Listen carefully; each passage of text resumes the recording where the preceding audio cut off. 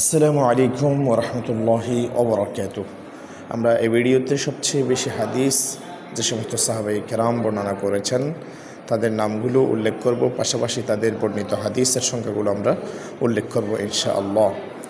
তাহলে দেখুন, শুরু করা যাক। এক নাম্বার হচ্ছে হযরত আবু হুরায়রা রাদিয়াল্লাহু তাআলা আনহু। তিনি সবচেয়ে বেশি হাদিস বর্ণনা করেছেন। তিনি 5374টি হাদিস বর্ণনা করেছেন। 2 নম্বর হযরত আব্দুল্লাহ ইবনে ওমর রাদিয়াল্লাহু তাআলা আনহু। তিনি 2630টি হাদিস বর্ণনা করেছেন। 3 নম্বর হযরত আনাস ইবনে মালিক রাদিয়াল্লাহু তাআলা আনহু। তিনি 2286টি হাদিস তিনি বর্ণনা করেছেন। 4 নম্বর হযরত আয়েশা সিদ্দিকা রাদিয়াল্লাহু তাআলা আনহা। তিনি 2210টি হাদিস বর্ণনা করেছেন। 5 নম্বর হযরত আব্দুল্লাহ ইবনে আব্বাস রাদিয়াল্লাহু তাআলা আনহু।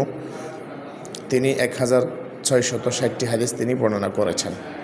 6 নম্বর হযরত জাবের ইবনে আব্দুল্লাহ রাদিয়াল্লাহু তাআলা আনহু। তিনি 1540টি হাদিস বর্ণনা করেছেন।